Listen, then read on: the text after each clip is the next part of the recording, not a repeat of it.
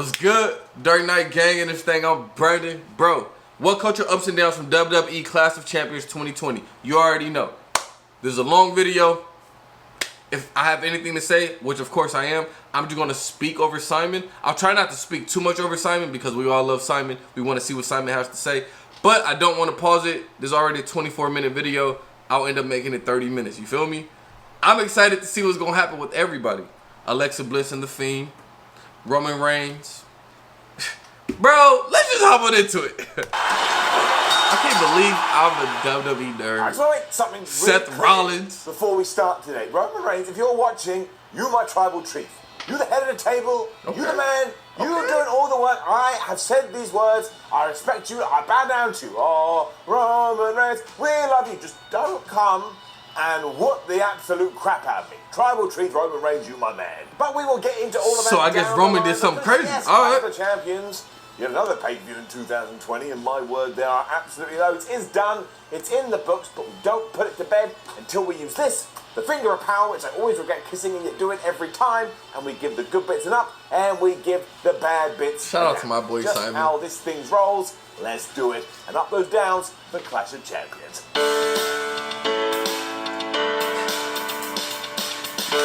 This needs to become like a huge show, you know? I feel like it might already be, I don't know. But Simon does a great job on these, bro. Like, WWE is officially doing whatever they can when it comes to trying to get more ratings. Shout out to the whole What Culture Wrestling team. Well, the intro video for the pay-per-view was narrated by John Cena. You remember him? Do. Why was it John Cena? Nobody ever explained this. And it was just him going, well, you know, it's really great being a champion. Now I was once a champion, and now I'm a Hollywood movie star. That's not what he said, I'm just paraphrasing. Okay. John Cena is actually some kind of entity that lives within the WWE machine, and the John Cena that we actually see isn't real. We also found out that during the pre-show that Shayna Baszler, Nia Jax, and Nikki Cross are not going to be competing on the show because they have unexplained medical reasons, and it takes all about 30 seconds to go on Google and type this in, and it does sound like it's related to the global pandemic. They got COVID. They're okay, but it did mean the whole thing needed to be shuffled around. That and the sucks. first part of that was on the pre-show. We got Shinsuke Nakamura and Cesaro defending their SmackDown Tag Team titles against the Lucha House Party. Now, as we have already established, if Shinsuke needed to see this match because we'd already seen it for 42,791 times. But you know what? That's what I'm saying. If they lose, that won't make any sense. Right. They've been beating them up a lot. And who saw that coming? Definitely not Rey Mysterio, and definitely not me. Because, you know, we've only got one eye. Actually, I'm not wearing my eye patch today because it started trying to dig into my face. But if it just appears later, you'll know the pain became too much. The only thing I don't get is why there was absolutely no fallout between the Luchas whatsoever. I mean, that's the story we've been telling. That's what we've been hinting the whole time.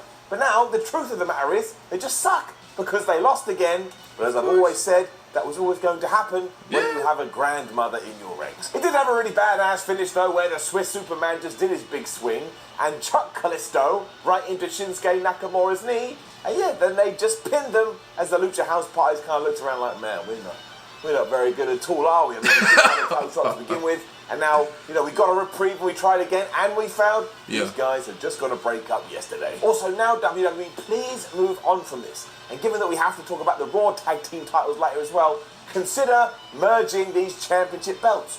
You don't have any other teams. In fact, I'll be a team. It'll be Simon Miller and Simon Miller's bald head. We weren't playing around either, as then Clash of Champions started properly, and the first match was the Intercontinental Ladder Stipulation Fest of Joy. Michael Cole tried to ruin this by saying, hey, there's two belts above the ring, one real and one faux, which is the word that many fans have been using to describe this title situation.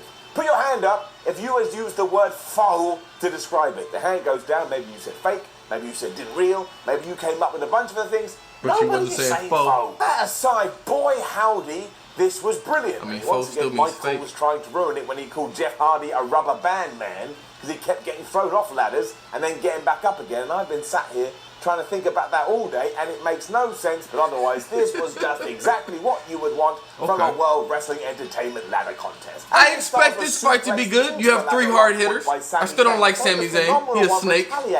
By getting a smaller ladder and just launching it at Sammy as if it was a dart or as if he was the Olympics and he was participating in the javelin. I mean, there is no way that couldn't have hurt. Then, of course, you have Jeff Hardy, who, despite being 40 years plus, he's just bonkers. He's just bonkers. That's what I'm One saying. day, Jeff Hardy does he's going not. to be in the ring and all his limbs are going to fall off. And you're just going to say, well, yeah, I was expecting that one. In fact, I'm surprised it took so damn long. Facts. That's what I'm saying. He just does not get hurt. He gets hurt but comes back. And then Sami All Zayn right, pushed it over, and Jeff Hardy fell out the ring, closed my eyes, to the apron with the ladder as it crushed him like a shark's jaw. I don't understand what the hell is going on in Jeff Hardy's head. And you would have thought that would have been it for Jeff, but no, much like his brother, he doesn't die. And then a few minutes later, he just comes back on top of the tallest ladder you've ever seen in your life, and he gave Sami Zayn a swanton bomb through another ladder. It looked like bones had been shattered. This must have really pissed off Sammy though, because all of a sudden he went and got his coat and he found a pair of handcuffs. He didn't find them, clearly he brought them out to the ring. And do you know what he did with them? I'm going to give you a second to guess. Maybe he went and handcuffed somebody's arm to the ring ropes. No, that's too boring. Maybe he handcuffed himself together just for a bit of fun, no, because that doesn't make any sense. If you are thinking, well, I know what he did. He got the handcuffs and he put them through Jeff Hardy's ear hole and then handcuffed him to a ladder. Well done, my friends. What? You just won £1 million in Simon Miller's Wrestling Quiz of Madness. But yeah, that's what he did. And I realised in this moment that wrestling is just not normal. He then got another pair of handcuffs and he was going to do the same thing to AJ Styles, although not with his ears, for obvious reasons. But Styles was like, no, you're not doing that to me. So he gave him a suplex. And because Sami Zayn is some kind of tremendous musician, when they both stood up, waha wahey, they were handcuffed together. So what? you do have to picture the scene. Over here you have Jeff Hardy, whose ear is handcuffed to a ladder. And over here you have AJ Styles, who is now trying to climb up the ladder with Sami Zayn over his shoulders, because of course those two are handcuffed together. But Sami Zayn, who is clearly some kind of crazy genius, had the key to the handcuffs, I think, in his mouth. So he uncuffed him, attacked AJ Styles. Jeff Hardy was screwed because of his new relationship with a ladder, and because of all this fracas, he was able to grab both titles, and he is now officially, not new, because he was the champion already, but he is now officially the Intercontinental Champion. This was an absolutely bizarre but creative finish. You know what? I ain't mad at it. Yeah, that's kind of tight. That's kind of tight. Alright. The golden up. But this was the way Simon described it. It seemed pretty tight, bro. I do also need to say that at one point after a crazy bump, Alright, Sami Cole Zayn. went, "How are these men still alive?" And Corey Graves replied, "I don't think they are." As Sami Zayn, AJ Styles, and Jeff Hardy all wriggled around on the floor. So if somebody can educate Corey Graves about what being alive and being dead is, I think we'd all appreciate it. Drew Gulak then defeated R-Truth for the 24/7 championship. And at this They stage, still got nobody this 24/7 championship. mentioned Portazawa that had been eaten by a shark. Maybe people care about it. I'm not. The 24/7 championship is basically kind of like a joke. That's how I see it, but maybe it's not. Because once again, I don't watch the full show, you know what I'm saying? But me, I kind of look at it like it's a joke. And now, at least for about a minute, he was your 24/7 champion.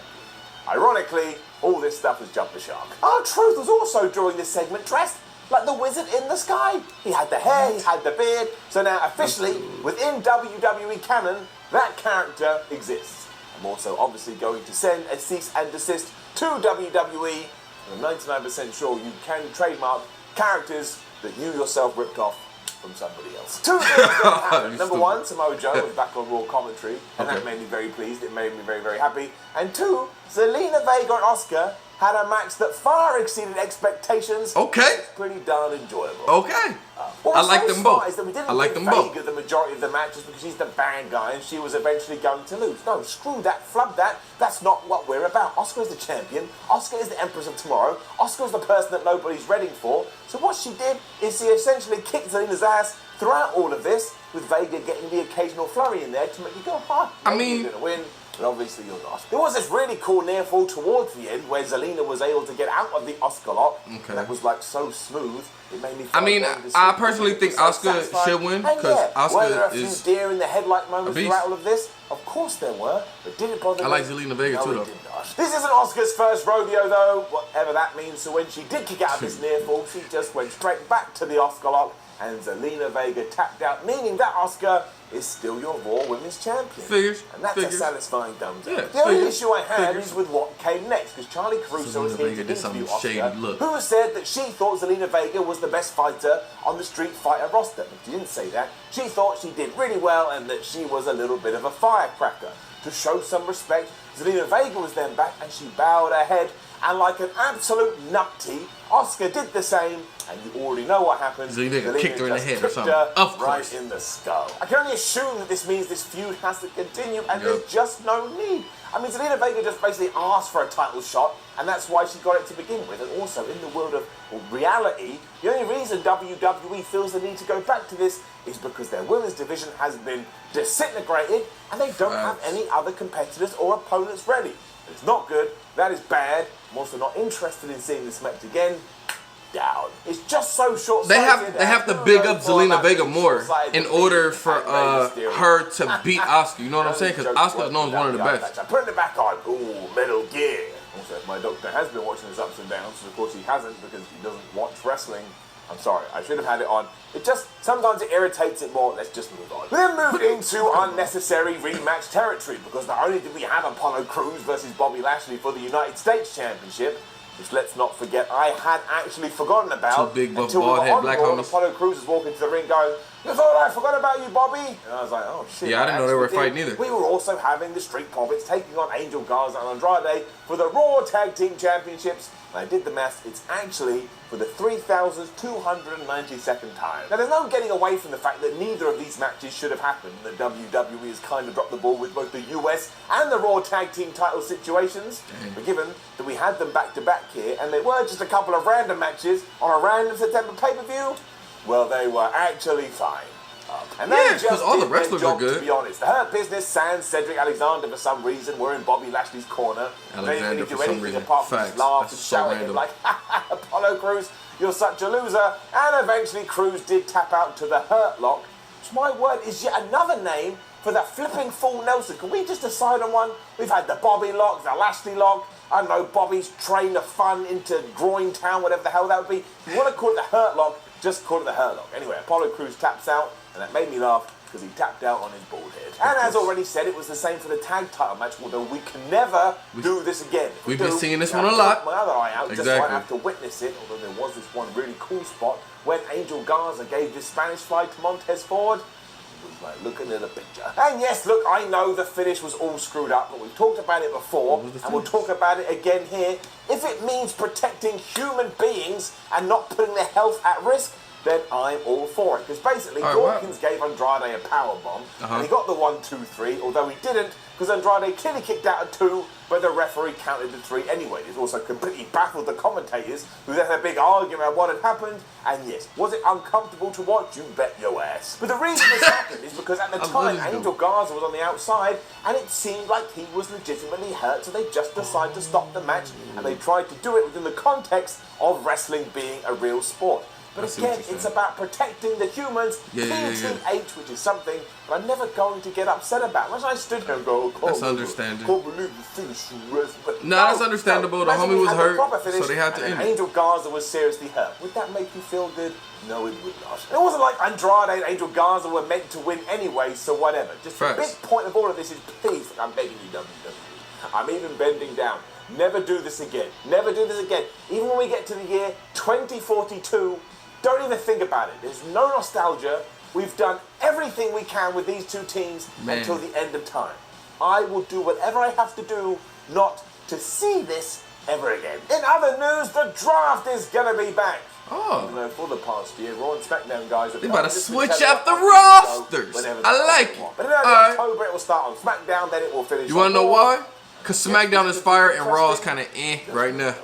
R-Truth then won the 24/7 title back. I mean, what the flip? Can y'all just let him have it forever? Drew Gulak did have the decency to reference the fact that Tozawa had been eaten by a shark, and rest in peace to Tozawa. I hope he's doing alright. But as he was doing this, R-Truth sneaked behind him and used the most devastating move in all of sports entertainment, rolled him up, and now he's the 24/7 champion again. I mean, what was the point? At this stage, we should just let it be revealed that R-Truth's real name is Retribution Truth, and he is the leader of Retribution. That would actually get me quite invested. Oh, that would be tight. I think we just need to leave it now. I don't want to be that guy. That would be There's tight. nothing else to do. It's getting it down. What a roller coaster we then experienced, and it wasn't the worst way to deal with unexpected changes. Okay.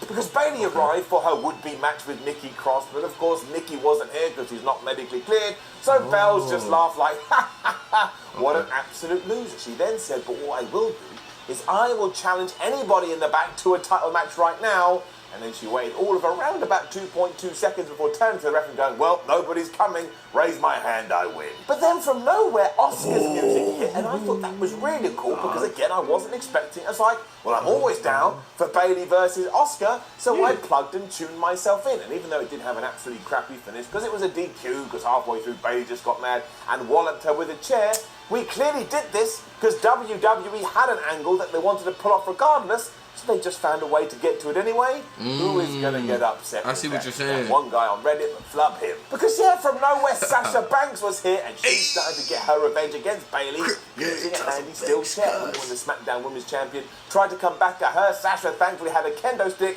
and just continued to thwomp away. I also appreciated that Sasha Banks still had her neck brace on throughout all of this, so she was selling her injuries. When Bayley had had enough, she absolutely legged it. And is there a debate to be had that maybe we should have kept Sasha off TV for absolutely ages to the point you almost forgot that she existed? Of course the answer is yes. But this is WWE, my friends. We have seen some people get decapitated, like their head has actually come off of their neck and rolled down the aisleway, and then they turn up 7 days later like, fuck, well, it was pretty bad. The doctor sewed it back on, and they I don't know who that happened to, but that's hilarious. Banks even had a few weeks off TV. I will take it. Also, I just thought it was really well done. The feud is just great though, and it makes me want to watch, which is the whole point of wrestling. You can take all of that and tie it into the local medical facility wagon match that followed. But man, they just pulled out all the stops. Because like the goon I am, I called this with so much confidence, like, well, this is clearly when Drew McIntyre's going to lose his WWE title. But that wasn't the case. Randy Orton didn't win. What? I just applaud WWE. Drew McIntyre won again? A psychopath, because the more faith they give him, he just goes further and further up and up the card, which is very handy here, because this match is getting it up. It also made that promo that Randy Orton cut on Raw. I'm sure it was a great match. When he was running through all the But Drew McIntyre is a beast. Because as soon as he was in control here, do you know who emerged from the depths? That's right, it was the Big Show, who of course had been punted in the head, and he grabbed Randy Orton by the neck, and he chokeslammed him through the announce table. For obvious reasons, I didn't see that coming, which is a shame, because a few minutes later they were brawling in the back, and Christian was there, and he was also laying into Randy Orton going, you tried to kill me, nobody kills me. He said, run it. This was like an episode of This Is Your Life, but everybody hates you, and I've always wanted that. Yeah. It's like when people pass away unexpectedly, and you get all their friends and family in the news going, oh, they were such a good person. They were the best person. And that small part of you is like, well, they can't have been that good. Not everybody can be the best person ever. So if I ever die unexpectedly, I want somebody to, go on the news and go, he was a terrible guy. I got you. you. He was an absolute bored asshole, and I'm glad he's dead. I got you. That's way too much. Randy still found a way to get back into this, mostly he I'll make a YouTube video right in the eye, talk all this and I completely understand that.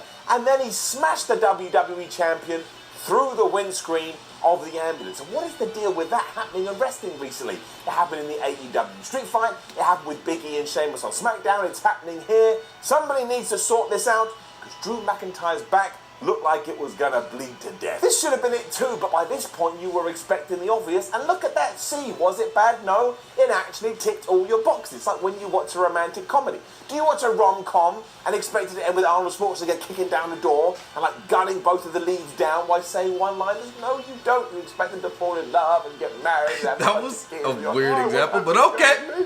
I feel you, my guy. So when Shawn Michaels appeared on the top of the ambulance and super kicked Randy Orton and then also chucked him to the floor, it was just like, ooh, O'Malley, this is some good storytelling. It was a nice expected payoff that made you feel good in your tum-tum, but still Randy Orton came back from that and he actually looked like he had the match won because he had Drew McIntyre in the back of the ambulance before at the very last minute. Like a good horror movie, his hand just came out and stopped it, and then after a Claymore kick and punting Randy right in the head, Drew McIntyre did indeed throw him into that wagon, and he had won, and he is still your WWE. I'm not mad at it. This was then followed by I'm not the mad at it. funniest moment of the year when the driver of the ambulance was Ric Flair.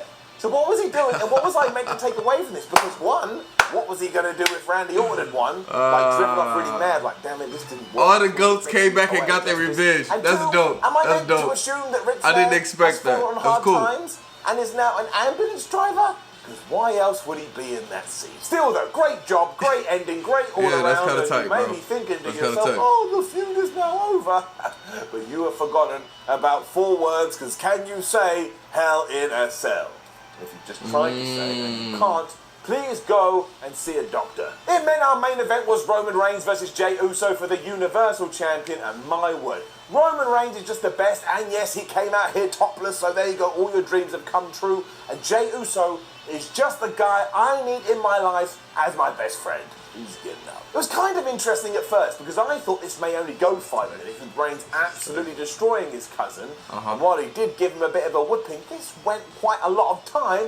And towards the end of the thing, when Jey Uso started to come back, I felt the energy in my pants and in my feet. And like the more I am, I actually believed that maybe he was going to become the Universal Champion. Come on, look at Obviously that did not happen. With all that said, being the tribal chief has also turned Roman into some kind of superhero because you can attack him and your offensive moves don't hurt him at all. He also does not like referees because Charles Robinson was trying to enforce the rules here, but every time he did, Roman turned and he was like, talk to me, you absolute nugget of nothing. My boy Roman! Welcome to the Dark Knight gang, Roman. Went to Paul Heyman and said, look, either you deal with him or I will. Roman Reigns is off the rails. Jey eventually did fire up towards the end, and I was having a very difficult relationship here because I both wanted him to win and not win, so that was absolutely bizarre. But after Roman finally gave him the spear, he didn't want to pin him, he didn't want to beat him. All he wanted was for his now fallen family member to admit that he was the tribal chief. That's what he wanted to say. But of course, Jey Uso would not. So I'm not sure whether Roman got confused and thought this was a Call Me the Tribal Chief match, but it absolutely was not. But either way, Jey still refused to do it because he got a second spear, but even then he was standing on his laurels. Kept saying no. Heyman, scared out of his mind, thought this was some kind of magic trick, so he started to shout, you're my tribal chief, Roman, you're my tribal chief. But that didn't work, and Reigns was like, I don't want you to say it, you absolute buffoon. He has to say it, he has to accept it, because he has been disrespectful since the word go. New Roman Reigns is excellent. And that was doubly true because he then just started to beat the absolute shib out of Jey Uso. Roman Reigns! And he deliberately went Welcome to the dark side. Just made you so uncomfortable. I like it. Once again, the referee was trying to get involved, and Reigns turned to him like, this is family business, you stripey moron, back off. It took another turn after that because Jimmy Uso ran down on one leg, because that's what he injured, and he was going to throw in the towel. Jey Uso, that hero, the absolute warrior that he was saying, no, don't do it, I have to handle this stuff by himself. This is and fine. Roman was perturbed by any of this. No, he was not. He was just shouting at Jey, he was shouting at Jimmy, as he stood there and continued to remind you that he is the man, he is the guy, and if you don't get it, you're just gonna have your ass whipped. Roman then continued to beat on Jey like he was a potato that needed some mashing, and then thankfully, finally, Jimmy did throw on the towel before getting in there and covering up his brother to try and protect him. But it was just the sheer, non-emotional face and expression of Roman Reigns that just made him such a Ben should have Ben should have made Roman a heel. Took the title and he just slowly raised it like he had proven his point. And what a great way to make such a silly sounding nickname genuinely intense and genuinely terrifying. Roman is way better as a heel, bro. Because Paul Heyman took the wreath that Jey Uso had worn to the ring and he put it around Roman Reigns' neck as if to say this was the symbolism that he wanted, and from now on Roman Reigns ain't taking any more beef, not from his cousins, not from his friends, not from his family, not from no one, and also probably not from Paul Heyman. I think he's going to get it soon too. Gee whiz, this was an absolutely good main event. To me, sounded really good, bro. I'm keeping it all the way stacked. It sounded pretty good. The main event with Roman Reigns, fire. I'm excited to see what's going to happen on Raw. Raw has been kind of dead, but you know what I'm saying? They're starting up some stuff. Zelina Vega, Asuka, they're still going to be going at it. we'll see what's up. Let's just continue to watch. I know it comes on tonight. You already know I'll do the top 10s tomorrow. Shout out to What Culture Wrestling. Shout out to my guy Simon for always giving us a great review. I'm going to see y'all next time.